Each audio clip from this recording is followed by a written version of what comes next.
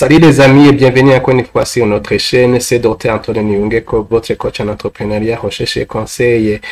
Dans cette vidéo, je vais vous montrer comment vous pouvez corriger le problème d'autocorrélation et le problème d'homoscédacité dans votre modèle.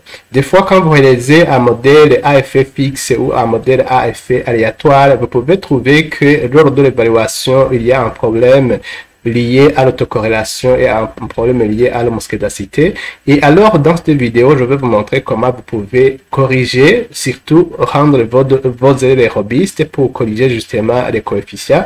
Et quand il y a ce problème, les coefficients peuvent ne pas être corrects parce que les élèves, lorsqu'il y a l'autocorrélation, ça veut dire que des élèves contiennent des informations qui n'ont pas été tirées et alors les coefficients obtenus ne sont pas corrects. Alors, je vais vous montrer les différentes méthodes qui peuvent vous aider justement à corriger ce problème quand vous êtes en train de faire des modèles à effet fixe ou des modèles à effet aléatoire pour les données de panel. Alors, nous allons travailler toujours sur la même base de données que nous avons utilisée durant toutes les présentations sur les données de panel. Ce sont des données qui concernent 32 pays de l'Afrique subsaharienne. Les variables analysées sont en rapport avec l'inflation, le taux de chômage et la croissance du produit intérieur brut en Afrique subsaharienne. La période couverte par l'analyse, c'est de 2009 à 2021, soit 13 années d'analyse. En tout, on va avoir 416 observations, ça veut dire 32 pays fois 16 années d'observation. Je vous rappelle que la base de données que nous allons utiliser sera attachée sur cette vidéo même. Alors, pour réaliser ces analyses, nous avons besoin de deux librairies. La librairie, c'est ici, DPLYR et PLM ou Panel Linear Model. Alors, dans un premier temps, nous allons importer notre base de données d'AL. C'était comment vous êtes habitué, c'est pour avoir les chiffres en format standard au lieu de les avoir en format scientifique. Cette commande-là que vous voyez, c'est juste pour indiquer là, nous avons stocké notre base de données. Je vais l'exécuter. Ici, cette commande, cette commande va permettre d'importer notre base de données dans l'environnement de travail. Voilà, je vais l'exécuter aussi pour opérer importer nos données. Cette commande-là, c'est pour voir si les éléments où notre base de données a été correctement importée. Je vais justement vous montrer comment la base de données se présente. C'est la même base de données sur laquelle nous avons travaillé déjà toutes les présentations. Voilà, nous avons par exemple le Burundi, les données de 2009 jusqu'en 2021, ce qui nous fait justement 13 observations. Et puis ça, c'est le PIB pour le cas de 2009. Ça, c'est l'inflation pour le cas de 2009. Et ça, c'est le taux de chômage pour le cas de 2009. Alors, nous continuons. Ici, je peux visualiser justement notre base de données pour vous montrer comment la base de données se présente. Voilà. Vous voyez que ici, je vais essayer de réduire ici. Vous voyez ici que nous commençons par le Burundi. Vous voyez que nous commençons par 2009 jusqu'en 2021. Voilà, comme je vous l'ai dit. Et puis, nous commençons d'autres pays. Les données dans notre pays, vous voyez que nous commençons aussi Congo République. Vous voyez que c'est 2009 et jusqu'en 2021. Regardez, c'est jusqu'en 2021. Et l'autre pays, c'est Central African Republic. Là aussi, vous voyez que nous commençons par 2009 et nous terminons par 2021. Donc, ainsi de suite pour tous les pays. On récolte les données d'un pays pour toutes les périodes et après avoir récolté ces données, nous passons au pays suivant.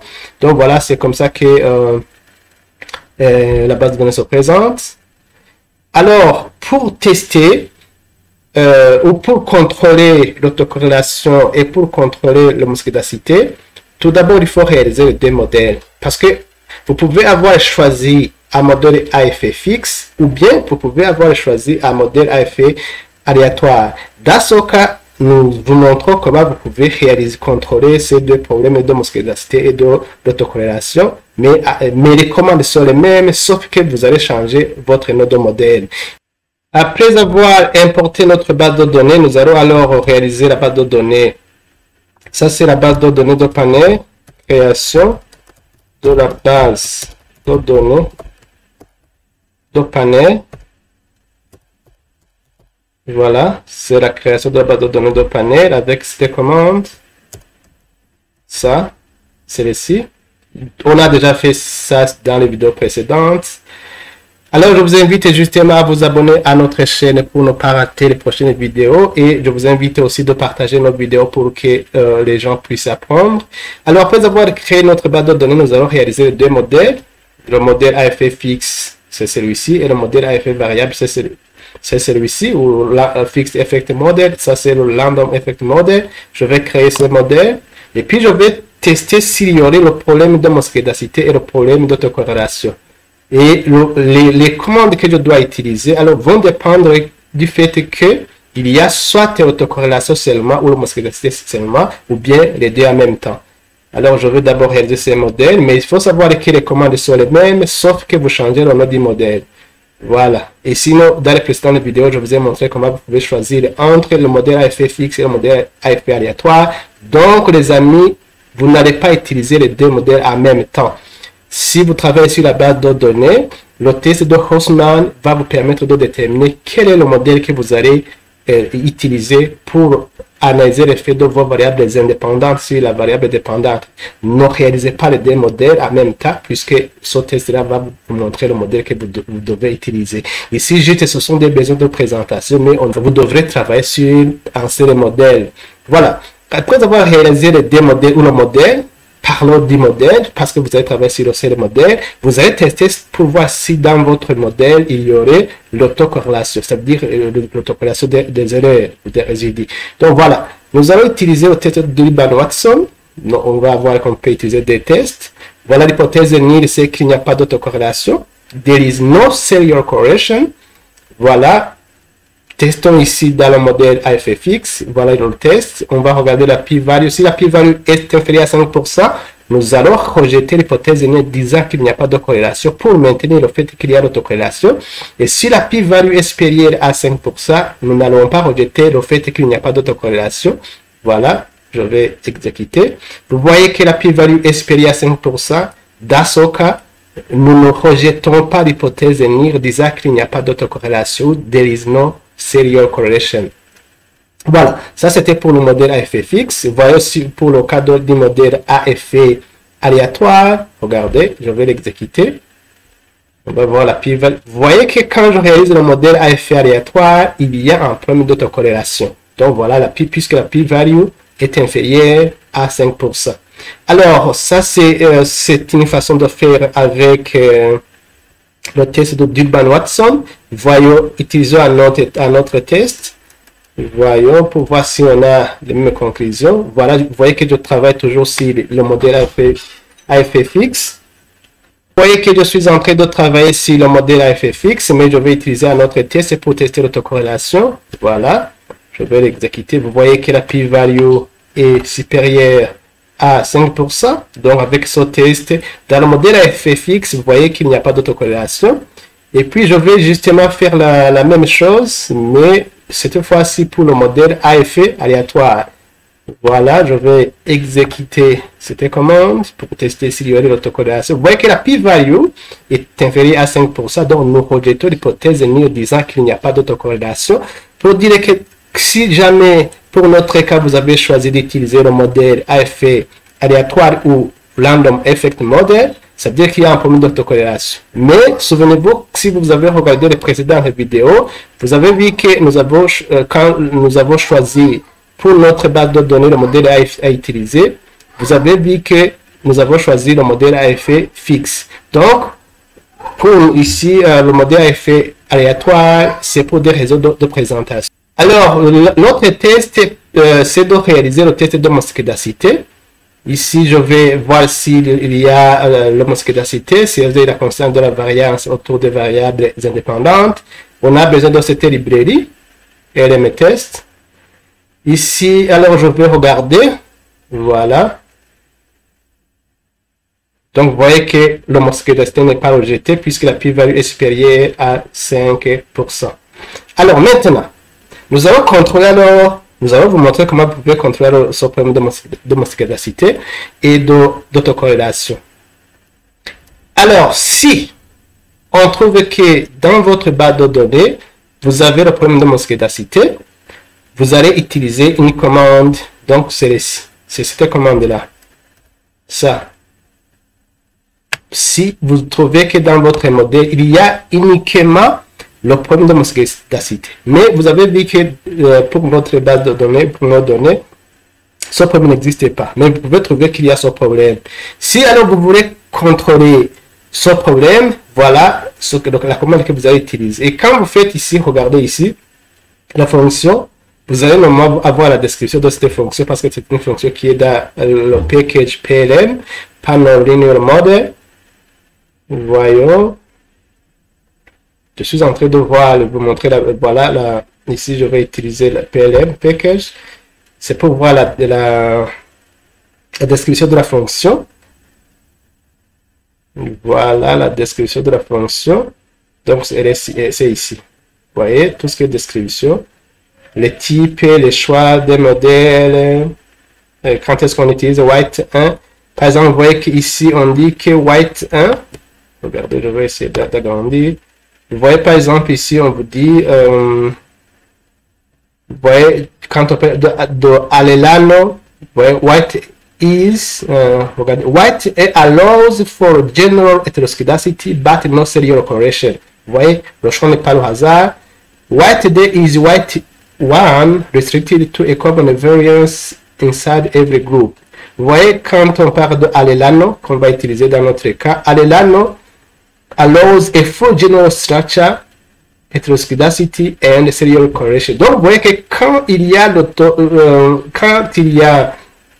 l'homoscédacité et l'autocorrélation, vous voyez que pour le corriger, on va utiliser justement Alelano. Voilà. Donc, nous allons continuer. Donc, voilà. S'il y avait ce problème, attends un peu, je vais essayer d'agrandir. Donc, si on avait dans notre modèle le problème de mosquédacité, voilà, si on avait le problème de mosquédacité, on allait corriger ça avec cette fonction. Donc, en fait, c'est pour corriger justement les erreurs, pour avoir des erreurs robustes. Voilà, je vais juste réaliser ça, je vais exécuter ça. C'est pour corriger le problème de mosquédacité. Donc, voilà. Voilà les résultats. En fait, il faut regarder au niveau des erreurs. Je vais effacer tout ça parce que je vais vous montrer d'abord les résultats des coefficients qu'on a. Voilà. Vous allez voir le changement au niveau des coefficients. Et je vais encore une fois exécuter ça pour corriger le problème de mosquédacité. S'il y avait ce problème, c'est pour justement s'il y avait ce problème parce que dans notre base de données, il n'y a pas ce problème de mosquédacité. Mais vous allez voir la différence au niveau des erreurs.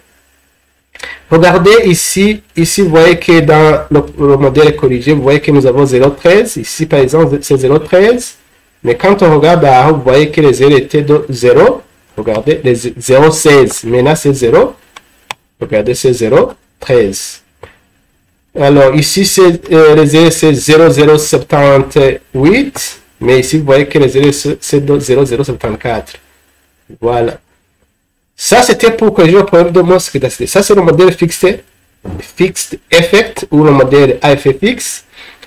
Voyons la même chose pour le cas du modèle Android Model. Mais ici, pour notre cas, ce problème ne se pose pas parce qu'il n'y a pas de problème de mosquédacité. Ici, c'est juste pour des faits de démonstration. Regardez, je vais exécuter les deux en même temps. Et comme ça, vous allez voir la différence au niveau des erreurs. Ici, c'est pour rendre les erreurs robustes. Voilà. Voilà, ici, regardez les erreurs ici. Vous voyez que les erreurs pour le chômage, ici, c'est 0,46. Mais ici, vous voyez que les erreurs deviennent 0,032. Alors qu'ici, c'était 0,46. En bas, c'était 0,007. Mais ici, en bas, vous voyez que c'est 0,001. Voilà. Ici, c'était pour corriger le problème de mosquédacité seulement. Alors, finalement, quand vous trouvez que dans votre modèle, il y a le problème de mosquédacité et le problème d'autocorrélation, quelle est la commande qu'il faut utiliser? Justement, c'est donc au niveau des types, vous voyez qu'il y a plusieurs types. Il y a le type HCO, SS. Il faut lire justement la description que je vous ai montré ici pour choisir le choix qu'il faut utiliser.